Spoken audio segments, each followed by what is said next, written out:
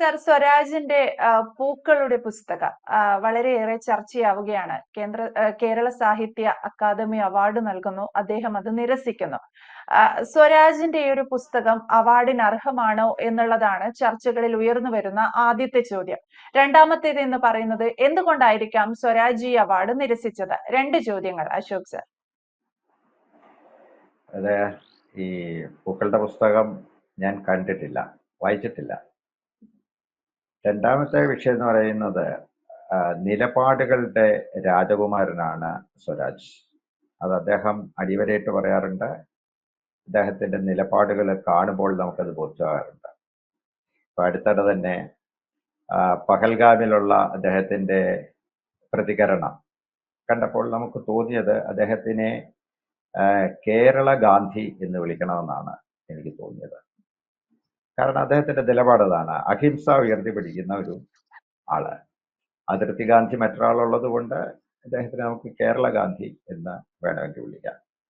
അതുപോലെ അങ്ങനെ കൃത്യമായ നിലപാടുകളുള്ള ഒരു വ്യക്തിയാണ് എം സ്വരാജ്. അപ്പൊ അദ്ദേഹം അവാർഡ് നിരസിച്ചിട്ടുണ്ടെങ്കിൽ അതൊരു എൻഡോൺമെന്റ് അവാർഡാണ്. 10,000 രൂപയോ മറ്റോ ആണ് അതിന്റെ. 10,000 രൂപയും പ്രശസ്തി പത്രവും പിന്നെ മറ്റേ തടികഷ്ണവും കാണും. ഇത് വെച്ചിട്ടാണ് ഈ അവാർഡാണ് അദ്ദേഹം നിരസിച്ചത്. അതിൽ തെറ്റൊന്നുമില്ല. അതൊരു വ്യക്തിനിഷ്ഠമായ കാര്യമാണെങ്കിൽ അദ്ദേഹത്തിന്റെ ആത്മസംതൃപ്തി, അതായത് അവനവന് സന്തോഷം നൽകുന്ന കാര്യം ചെയ്യണം എന്നുള്ളതാണ് ഇന്ത്യൻ രീതി തന്നെ. അല്ല നമ്മളിപ്പോൾ അതിനൊരു മറ്റുള്ള ആളുകളുടെ പ്രഷർ അതിൻ്റെ അകത്ത് പോയി അവാർഡ് മേടിക്കണം എന്നൊന്നുമില്ല. ഈ കേരള സാഹിത്യ അക്കാദമി അവാർഡ് കേരള കേന്ദ്ര സാഹിത്യ അക്കാദമി അവാർഡ് നിഷേധത്തിന്റെ എൻ്റെ ഓർമ്മയിൽ തുടക്കം എന്ന് പറയുന്ന തുടക്കമല്ല, എനിക്കിപ്പോൾ ഓർമ്മയുള്ള ഒരു സംഭവം എന്ന് പറയുന്ന 1973 ഇദ്ദേഹം അക്കിത്ത അച്യുതൻ നമ്പൂതിരിപ്പാട് കേരള സാഹിത്യ അക്കാദമി അവാർഡ് നിഷേധിച്ചിട്ടുണ്ട്. എനിക്കത് വേണ്ട എന്ന് അദ്ദേഹം പറഞ്ഞു.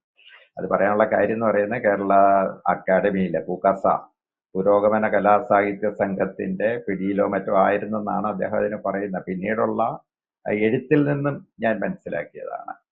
ആ അവാർഡ് അദ്ദേഹം നിഷേധിച്ചിട്ടുണ്ട്. 2015 യമൂന്തനും സച്ചിദാനന്ദനും അവാർഡ് തിരിച്ചു കൊടുക്കുക, അവാർഡ് നിഷേധിക്കുകയൊക്കെ ചെയ്തിട്ടുണ്ട്. അത് കേന്ദ്ര സർക്കാരിനോടുള്ള ഒരു വിപ്രതിപത്തി കൊണ്ട് അത് അവർ ചെയ്തതാണ്. ഏറ്റവും രസകരമായിട്ടുള്ള ഒരു സംഭവം എന്താണെന്ന് ചോദിച്ചു കഴിഞ്ഞാൽ അത് വൈക്കം മുഹമ്മദ് ബഷീർ പറഞ്ഞതാണ്. താമ്രപത്രം അദ്ദേഹം കുറുക്കനെ എറിഞ്ഞു കളഞ്ഞു, അല്ലെങ്കിൽ കുറുക്കനെ ഓടിക്കാനായിട്ട് എറിഞ്ഞു എന്നാണ് പറഞ്ഞത്. അദ്ദേഹത്തിന്റെ ഒരു ശൈലിയിൽ ആ താമ്രപത്രത്തിന്റെ വാല്യൂ വളരെ അണ്ടർ വാല്യൂ ചെയ്യുകയാണ് ചെയ്തത്. അത് കഴിഞ്ഞിട്ട് നമ്മളുടെ ഓർമ്മ വരുന്ന 90കളുടെ അല്ലെങ്കിൽ 80കളുടെ അവസാനം മറ്റുമാണെന്ന് തോന്നുന്നു, MP നാരായണപിള്ളയുടെ പരിണാമത്തിന് അവാർഡ് കൊടുത്തു കഴിഞ്ഞപ്പോൾ അദ്ദേഹം പറഞ്ഞു, ഞാനിത് മേടിക്കുകയില്ല. അതിന്റെ കാശ്, അതായത് അവാർഡ് തുക കേരള സർക്കാരിന്റെ ഖജനാവിൽ അടച്ച് റെസീറ്റ് കൊടുക്കാമെങ്കിൽ ഇപ്പൊ ഞാൻ നേരത്തെ പറഞ്ഞ ആ തടിക്കഷ്ണം മേടിക്കാനായിട്ട് ചെല്ലാം, വണ്ടിക്കൂലി അയച്ചു കൊടുക്കണം. ഇതാണ് MP നാരായണപിള്ള പറഞ്ഞ. അദ്ദേഹം ബോംബെയിലായിരുന്നു. അപ്പൊ അങ്ങനെയുള്ള ചരിത്രങ്ങളൊക്കെ കേരള സാഹിത്യ അക്കാദമിയുടെ ചിത്രത്തിലുണ്ട്. പക്ഷേ കേരളത്തിലെ പ്രഗത്ഭരായ സാഹിത്യകാരന്മാരാരും, അത് MT വാസുദേവൻ നായരായാലും CV ശ്രീരാമനായാലും പത്മനാഭനായാലും പിന്നെ ഏറ്റവും ഇങ്ങ് വന്നിട്ട് ONV കുറുപ്പ്, ഇങ്ങ് വന്നിട്ടെന്നല്ല ONV കുറുപ്പ് സാറ്, അതുപോലുള്ള ആരും തന്നെ പ്രഗത്ഭരായ ആരും അക്കാദമി കൊടുക്കുന്ന ഒരു അവാർഡ് അതിനെ നിഷേധിച്ചിട്ടില്ല. അക്കാദമിയെക്കാട്ടിലൊക്കെ മൂല്യമുള്ള വ്യക്തികളാണ് ഇവരൊക്കെ. എന്നിട്ട് പോലും അവരൊന്നും അത് നിഷേധിക്കാൻ തയ്യാറായിട്ടില്ല. അപ്പം ഇവിടെ സംഭവിച്ചേക്കുന്നത് എന്താണെന്ന് ചോദിച്ചു കഴിഞ്ഞാൽ ഇത് ഇദ്ദേഹത്തിന്റെ ഒരു മൂല്യത്തിന്റെ അല്ലെങ്കിൽ നിലപാടിന്റെ ഒരു ഭാഗമാണ്. അപ്പൊ ഈ നിലപാടിന്റെ ഭാഗം എടുത്തതിൻ്റെ അകത്താണ് നമുക്ക് രണ്ട് സംശയമുണ്ട്. നിലപാട് അദ്ദേഹം സ്വന്തമായ നിലയിൽ എടുത്തതാണ് എന്നുണ്ടെങ്കിൽ ഇറ്റ്സ് ഓക്കെ, അത് വളരെ നല്ല കാര്യമാണ്. പക്ഷെ അടുത്തിടെ ഞാൻ അദ്ദേഹത്തിന്റെ വീട് കാണിച്ചുകൊണ്ടുള്ള ഒരു വീഡിയോ ഈ വാട്സാപ്പിലൂടെയൊക്കെ ഇങ്ങനെ കറങ്ങി വരുന്നുണ്ടായിരുന്നു. അത് കണ്ടു കഴിഞ്ഞപ്പോൾ അദ്ദേഹത്തിന് ധാരാളം മൊമെന്റോകൾ കിട്ടിയിട്ടുണ്ട്. അത് ഈ പുസ്തക ഷെൽഫിന്റെ മേളിൽ നിരത്തി വെച്ചിരിക്കുന്ന ഒരു ചിത്രം കണ്ടു. അപ്പം മൊമെന്റോ സ്വീകരിക്കുന്നതിൽ അദ്ദേഹത്തിന് പ്രയാസമൊന്നുമില്ല. അദ്ദേഹം പറയുന്നുണ്ട്, അദ്ദേഹം നേരത്തെ തന്നെ ഇവരോട് ആരോടും എനിക്ക് മൊമെന്റോ ഒന്നും തന്ന് പ്രയാസപ്പെടുത്തരുതെന്ന് പറയുന്നുണ്ടെങ്കിൽ പോലും ഇത്രയും മൊമെന്റോകൾ കിട്ടി. കേരള സാഹിത്യ അക്കാദമി എന്ന് പറയുന്നത് കേരള സർക്കാരിന്റെ സ്ഥാപനം എന്ന് പറയുക, അതൊരു സ്വതന്ത്ര സ്ഥാപനമാണ്. എങ്കിൽ പോലും അത് റെപ്രസെന്റ് ചെയ്യുന്നത് കേരള സർക്കാരിനെയാണ്, കേരള സാഹിത്യ അക്കാദമി.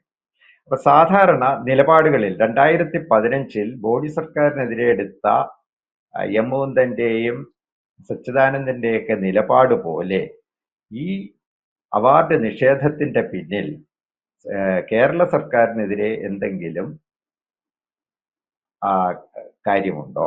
അതായത് കേരള സർക്കാരിനോടുള്ള ഒരു എതിർപ്പോ പ്രതികൂലമോ അവർ കൊടുക്കുന്ന അവാർഡ് ഞാൻ സ്വീകരിക്കില്ല എന്നോ ആണോ? സാധാരണഗതിയിൽ അങ്ങനെയാണ് സംഭവിക്കുന്നത്. എപ്പോഴും ഗവൺമെന്റിനോടുള്ള പ്രതിഷേധത്തിന്റെ ഭാഗമായിട്ടാണ് അക്കാദമി അവാർഡുകള്, കലാ അവാർഡുകള്, നമ്മള്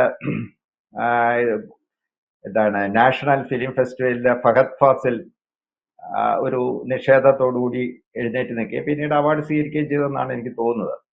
പക്ഷെ അപ്പോൾ പോലും പ്രതിഷേധം രേഖപ്പെടുത്താനായിട്ടുള്ള ഒരു പ്ലാറ്റ്ഫോമായിട്ടാണ് പലപ്പോഴും നമ്മൾ ഈ അവാർഡ് നിഷേധത്തിനെ കാണാറുള്ളത്. അങ്ങനെ എന്തെങ്കിലും അദ്ദേഹത്തിന് ഉണ്ടാകുമോ എന്നുള്ളത് എൻ്റെ ഒരു വന്യമായ സംശയമാണ്. ഉണ്ടാവാൻ യാതൊരു സാധ്യതയില്ല. കാരണം ഈ സർക്കാർ ഭരിക്കുന്ന പാർട്ടിയുടെ സ്റ്റേറ്റ് കമ്മിറ്റി മെമ്പറാണ്, ദേശാഭിമാനിയുടെ അതിൻ്റെ പത്രാധിപരാണ്. അങ്ങനെയുള്ള ഒരാൾക്ക് സർക്കാരിനോടോ അക്കാദമിയോടോ ഒരു പ്രതിഷേധം ഉണ്ടാകേണ്ട യാതൊരു കാര്യവും ഉണ്ടാകാൻ ഇടയില്ല. പിന്നെ ഉള്ളതെന്ന് പറയുന്നത് നേരത്തെ നമ്മൾ ആദ്യം പറഞ്ഞതുപോലെ അദ്ദേഹത്തിന്റെ സ്വന്തമായ ഒരു നിലപാട്. ആ നിലപാടാണെങ്കിൽ ഇനിയും വരും കാലങ്ങളിൽ അത് അദ്ദേഹം എങ്ങനെ നേരിടും എന്നുള്ളതും കൂടെ നമ്മൾ ഇപ്പോഴേ ഒന്ന് ആലോചിക്കേണ്ടതാണ്. കാരണം അദ്ദേഹം രാജ്യസഭാ അംഗമോ അല്ലെങ്കിൽ കേരളത്തിൽ നിയമസഭയിലേക്ക് മത്സരിച്ച് മന്ത്രിയോ ഒക്കെ ആകാൻ സാധ്യതയുള്ളതാണ്. അപ്പോൾ അദ്ദേഹം അവാർഡ് കൊടുക്കാതിരിക്കുമോ? അദ്ദേഹത്തിന് ഒരു അവാർഡ് ദാനത്തിന് വിളിച്ചു കഴിഞ്ഞാൽ അവാർഡ് കൊടുക്കാതിരിക്കുമോ? അല്ലെങ്കിൽ അദ്ദേഹത്തിന് ആരെങ്കിലും പിന്നീട് അവാർഡ് കൊടുത്താൽ അപ്പം നല്ല നിയമസഭാ സാമാജികനുള്ള അവാർഡ്, അത് കേരളത്തിലുണ്ട്. പിന്നെ പി രാജീവിന് രാജ്യസഭയിൽ നിന്ന് അവാർഡ് കിട്ടിയിട്ടുണ്ട്, അദ്ദേഹം നിഷേധിച്ചിട്ടില്ല. അപ്പൊ അങ്ങനെയൊക്കെയുള്ള സന്ദർഭങ്ങളിൽ ബഹുമാനപ്പെട്ട സ്വരാജിന്റെ നിലപാട് ഇപ്പോഴത്തെ നിലപാടിൽ തന്നെ തുടരും എന്ന് നമുക്ക് പ്രതീക്ഷിക്കാം. ആ നിലപാട്, അതായത് സ്വന്തമായിട്ട് ഒരു നിലപാടെടുക്കുന്ന വ്യക്തികൾ, അത്തരം വ്യക്തികളാണ് നമുക്ക് നമ്മളുടെ രാജ്യത്തെ മുന്നോട്ട് കൊണ്ടുപോകേണ്ട ആളുകൾ. അപ്പൊ അതിനും കൂടെ വ്യക്തത ഉണ്ടായി കഴിയുമ്പോൾ ഈ ചക്രം പൂർണ്ണമാകും. അല്ലാത്ത വിവാദങ്ങളൊക്കെ അല്ലാത്ത വിവാദങ്ങളിലൊന്നും പ്രത്യേകിച്ച് കാര്യമില്ല. അത്രയുമേ ഇതിനെപ്പറ്റി തോന്നുന്നുള്ളൂ. അല്ലാതെ ഒരു പുസ്തകത്തിന്റെ അവാർഡ് പ്രശസ്തിക്ക് വേണ്ടി അദ്ദേഹത്തിന് അത് ഉപയോഗിക്കണ്ട. ഫണ്ടിങ്, അതായത് മറ്റേ പുസ്തകം വിറ്റുപോയിട്ട് ക്യാഷ് കിട്ടേണ്ട ഒരു വ്യക്തിത്വം അദ്ദേഹത്തിന്, അങ്ങനെയുള്ള കാര്യങ്ങളൊന്നും ഇതിൻ്റെ അകത്തില്ല. അത് ചിലപ്പോൾ സാഹിത്യകാരന്മാർക്കൊക്കെ നോവലൊക്കെ വിറ്റുപോകാനായിട്ട് അങ്ങനെയുള്ള ഗിമിക്കുകൾ ഇറക്കേണ്ടി വരും. അങ്ങനൊന്നും ഇല്ലാത്തത് കൊണ്ട് ആണ് ഇദ്ദേഹത്തിന്റെ നിലപാട് എന്ന് പറയുന്ന ആത്മനിഷ്ഠമായ നിലപാടാണ്. അത് തുടർന്നുള്ള കാലങ്ങളിലും നമുക്ക് പ്രതീക്ഷിക്കാം. യെസ്.